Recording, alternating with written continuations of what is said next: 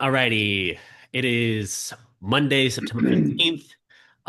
We are almost a week past the Charlie Kirk shooting. Um, there's a lot to go through on a situation like this, a lot to talk about. I know we have a limited amount of time, um, but what are your initial thoughts when you see something like this?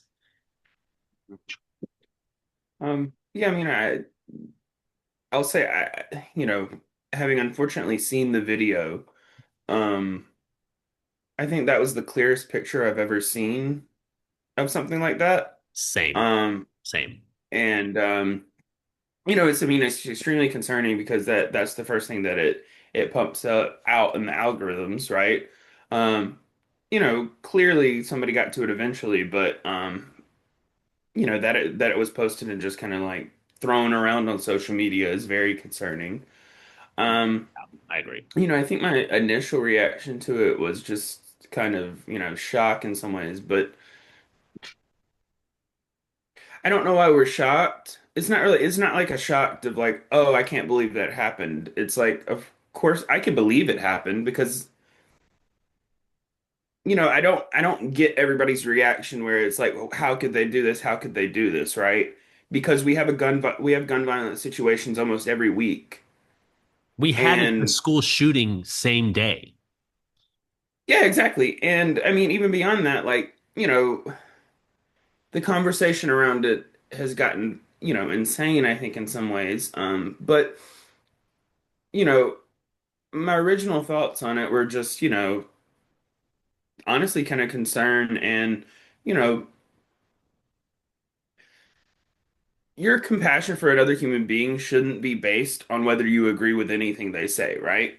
Like, I think at the end of the day, all people have innate human rights and you know, their life should be protected just as much as anybody else's, right? Whether you agree with them, whether you think they're an awful person, whether you think they, you know, said things you don't like or whatever it is, like that shouldn't be your basis for, respecting another person. But I do think, you know, some people's reaction is very personal to this, I think, in a way that it hasn't been seen with a lot of the other situations, right? I mean, he was basically borderline a celebrity, if we're being honest. Um, and I think a lot of people are developing extreme parasocial relationships with some of these figures, Yeah. and I mean that's concerning in some level. But I mean, what were your initial reaction to it? I mean, what were you? I thought for one how every Republican, I think what after I saw the video and like that video was, as you mentioned, shared everywhere. I thought just how selfish some of the comment like political pundits were in terms of like actually like sharing, saying like they have updates that he was in stable condition. Like we all saw the video. If you get shot at like your immediate reaction, like let's say hypothetically in the leg or the arm, is to go and grab for the impacted area. When he was shot, he immediately slumped over. He didn't grab for his neck. There was nothing. He was probably dead within 1 to 2 seconds. Seeing Tim Pool try to monetize off of something like that was very concerning to me because he immediately took to Twitter and said, I've got I've got a source that says that Charlie is in stable condition. He didn't have a source that said anything of the such, right? Like, why would you say something like that? I think that it just goes to show, like, for a lot of these content creators, it's very impersonal.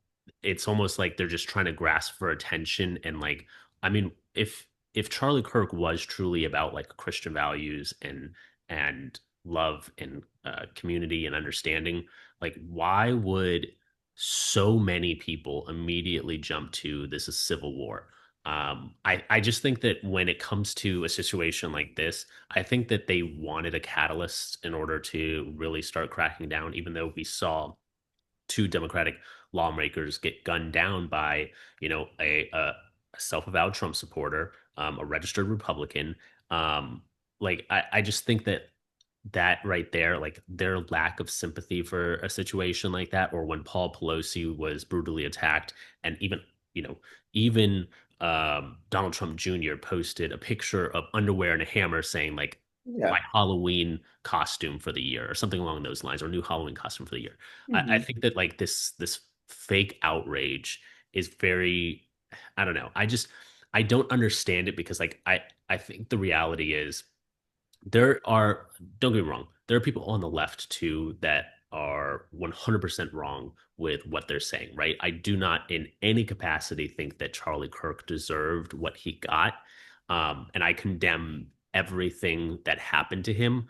But the right has been turning up the temperature over and over again. And like, people are saying, Hmm. like, oh, well, you keep calling us fascists. Like this is the kind of stuff that happens. He had these fascist Hmm. saying on his bullets. Just like I have a video that shows Donald Trump calling Kamala and Joe Biden fascist 10 different times. And I'm going to show it in this video right here too. We're going to show a couple of different things.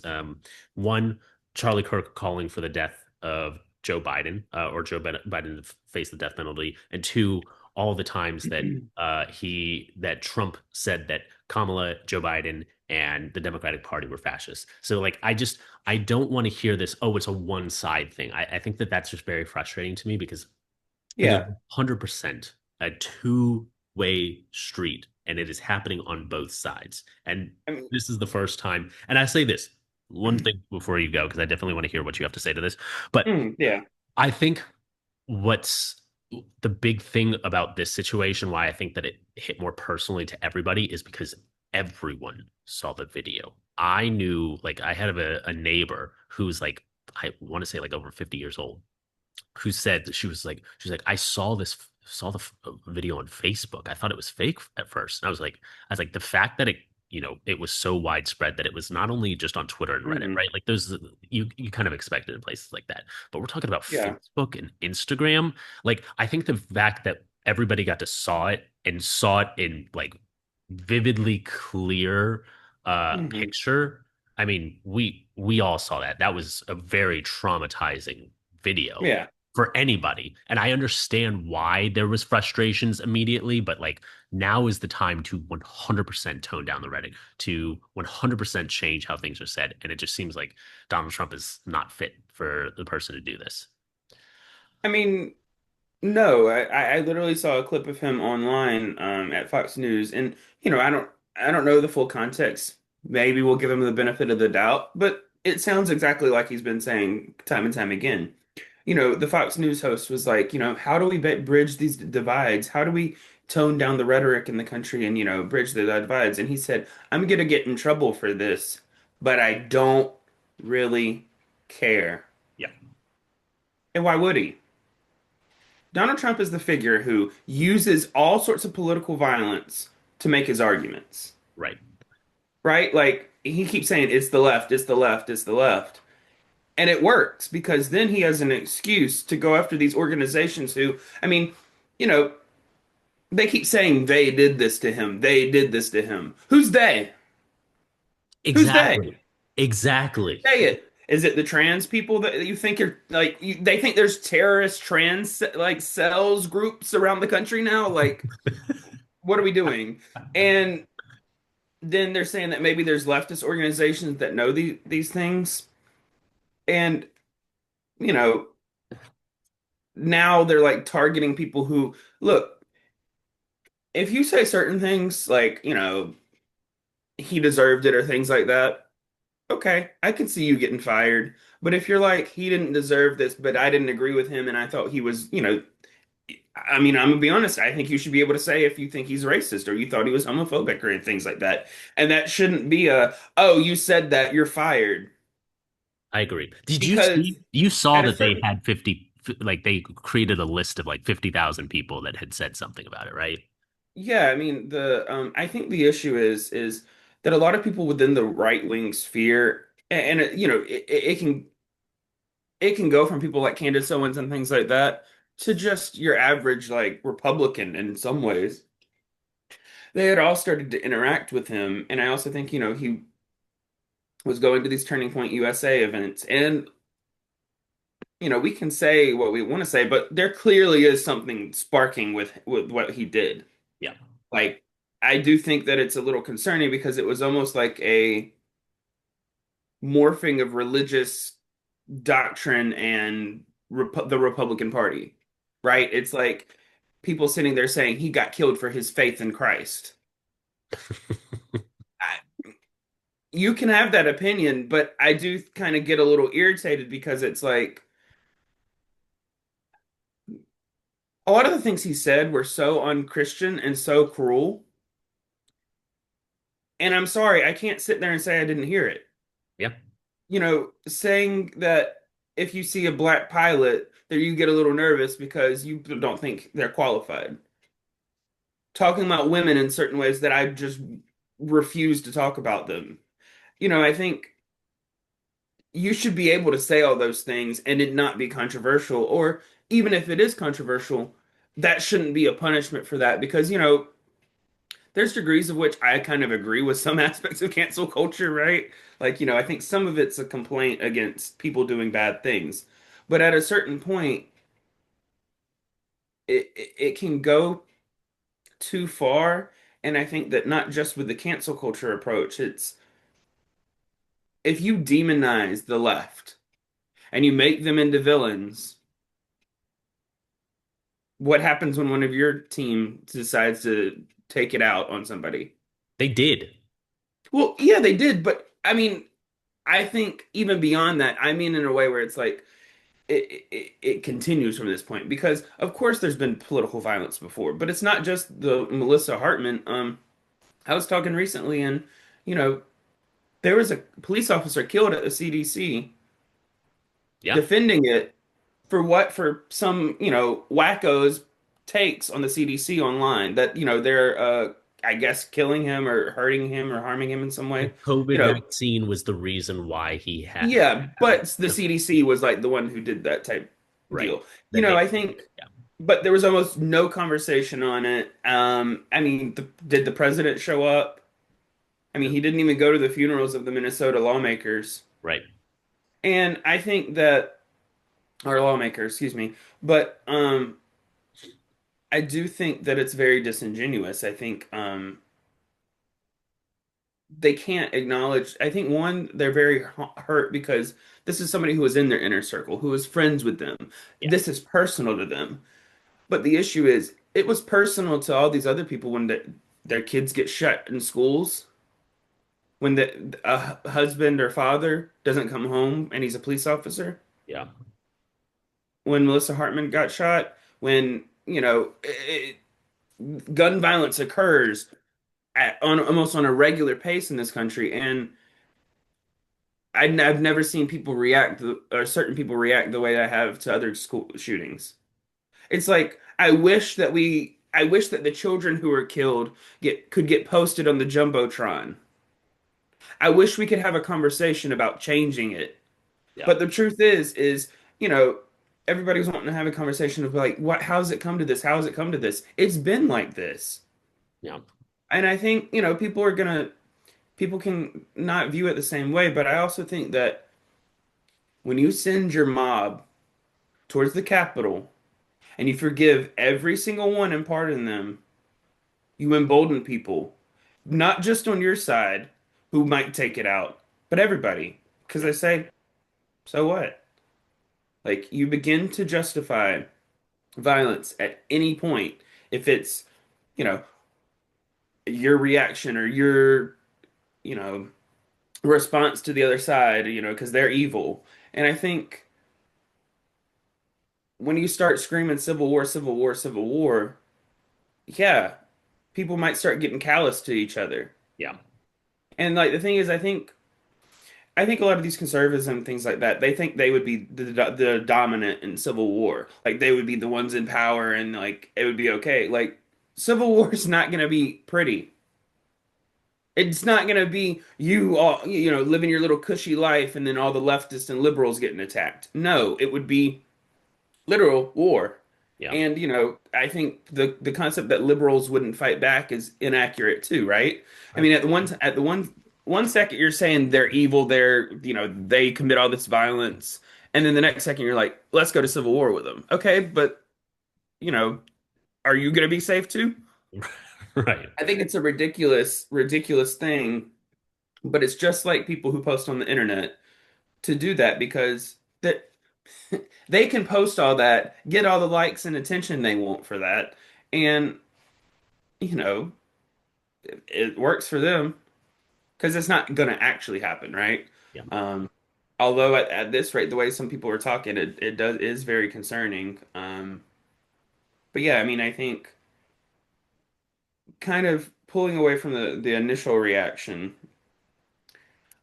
I do think it's the levels of which I've seen people posting about Charlie Kirk is concerning to me because you can feel about how you feel about the guy, but I've seen pictures of MLK, Malcolm X, Yeah, same. JFK, and RFK and Jesus in the same picture as Charlie Kirk saying you you don't get shot for telling the or something about the truth and they knew the Yeah. truth. And I'm just like, Killed for their opinions or shot or killed for the truth, something like that. Yeah. I saw. yeah, and I'm just like, I don't feel how you want to feel about Charlie Kirk, but I'm sorry. I don't think he's on the level of MLK. I don't think he's on the level of Jesus. And none of that really matters, right? Like none of it's to say that he deserved it. None Yeah. of it is. But like, let's be honest about him. Like, I Before before we be yeah. honest, let's show this video and then kind of unpack who Charlie Kirk was as a person.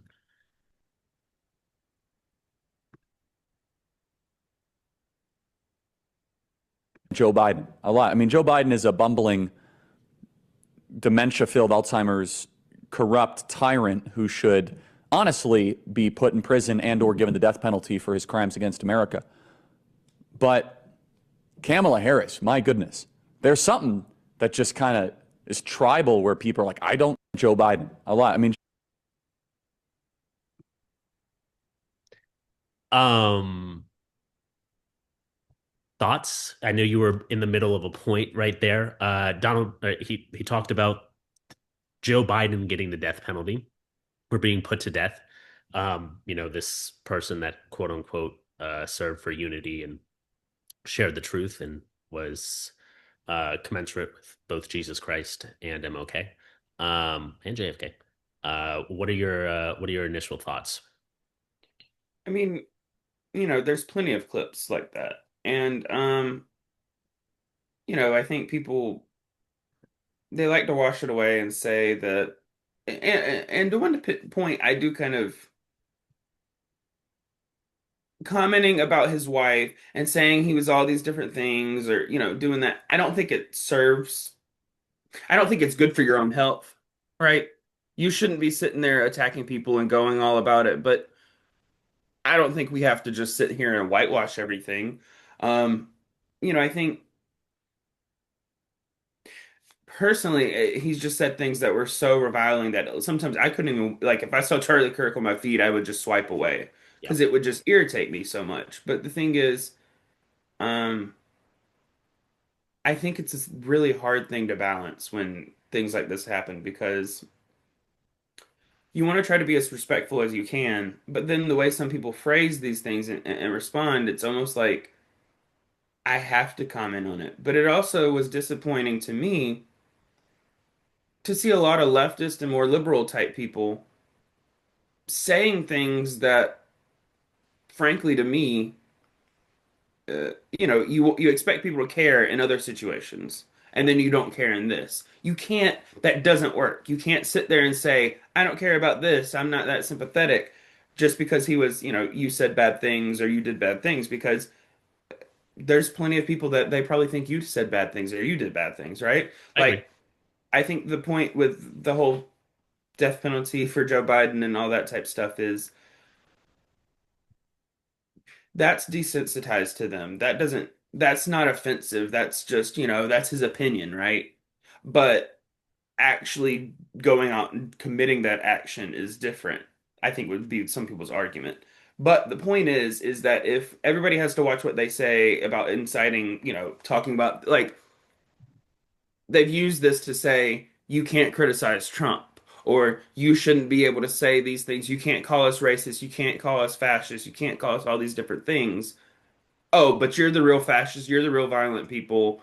And some people will not say it. Like there are some Republicans who are like, why are we even doing this? Like it's just crazy people at the end of the day. And I think that's another thing. Like I don't care about the political ideologies of somebody who goes and kills somebody. I don't care. Like it's one thing to have a conversation and a motive, and that's a court case. On a personal level, I'm not worried about what they actually believe because they were a killer.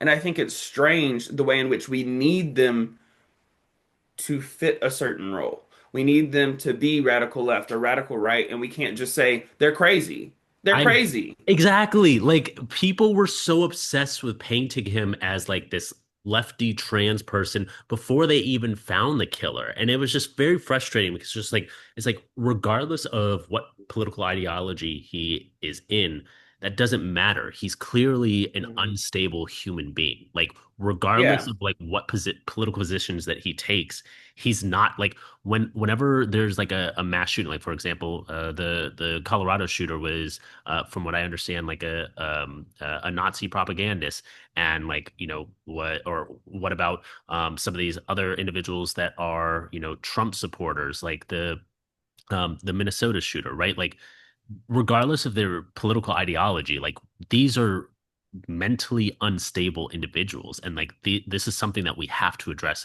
in society, Yeah. and this is super important. And like I mean, just spare me the pearl clutching on like calling someone a fascist and saying that well that's inciting violence, because here's another video that I think is very important that we watch and understand.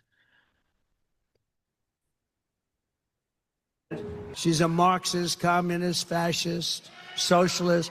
She's not actually a socialist. She's gone past that. Somebody's got to explain this woman. There's a radical left Marxist, communist, fascist. The divide in American politics today is between these far left fascists, led by Harris and her group. We have a fascist person running.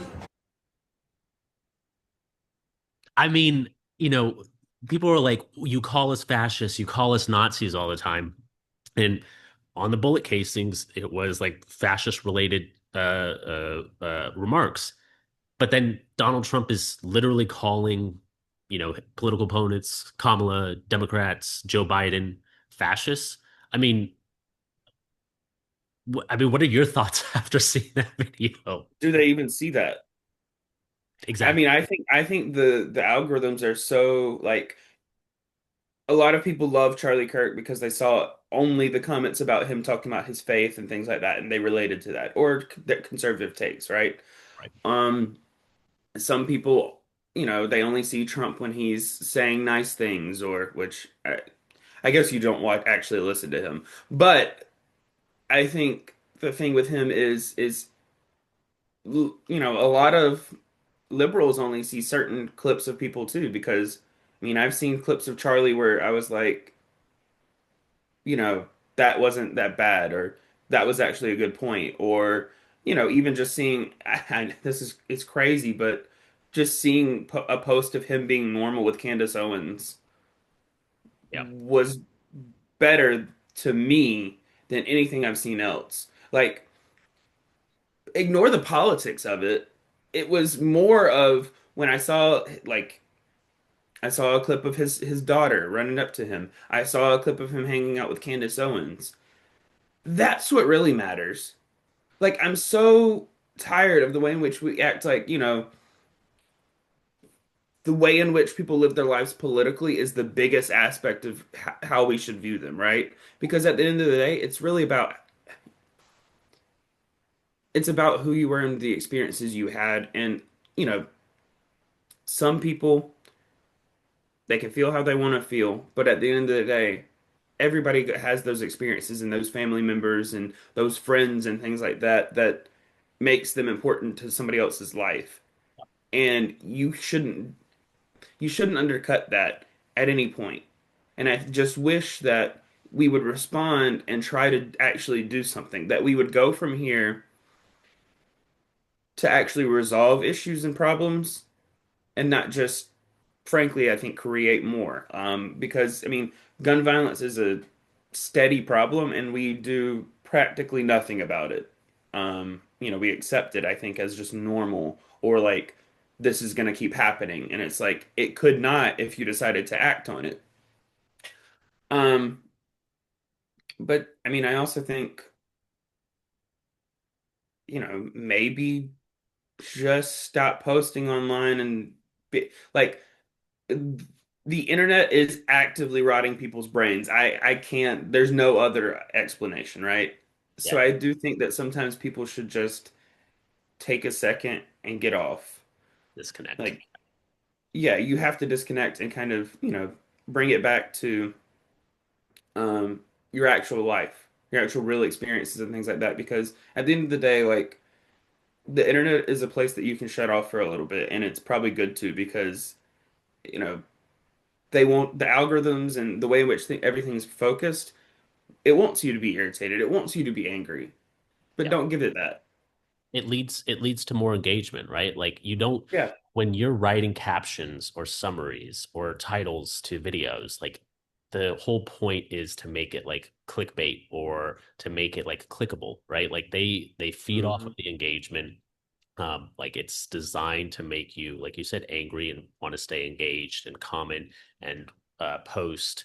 And it's very frustrating. I think that's exactly what a lot of people need to realize is like it's not just Charlie Kirk wasn't the only person that was doing this. There are people doing it on the left too. Like if you go back through Charlie Kirk's Instagram posts and his YouTube videos, like there was never those posts of him trying to connect or with unity, right? Like the posts were clickbait, like they were designed for engagement, and that's really the only thing.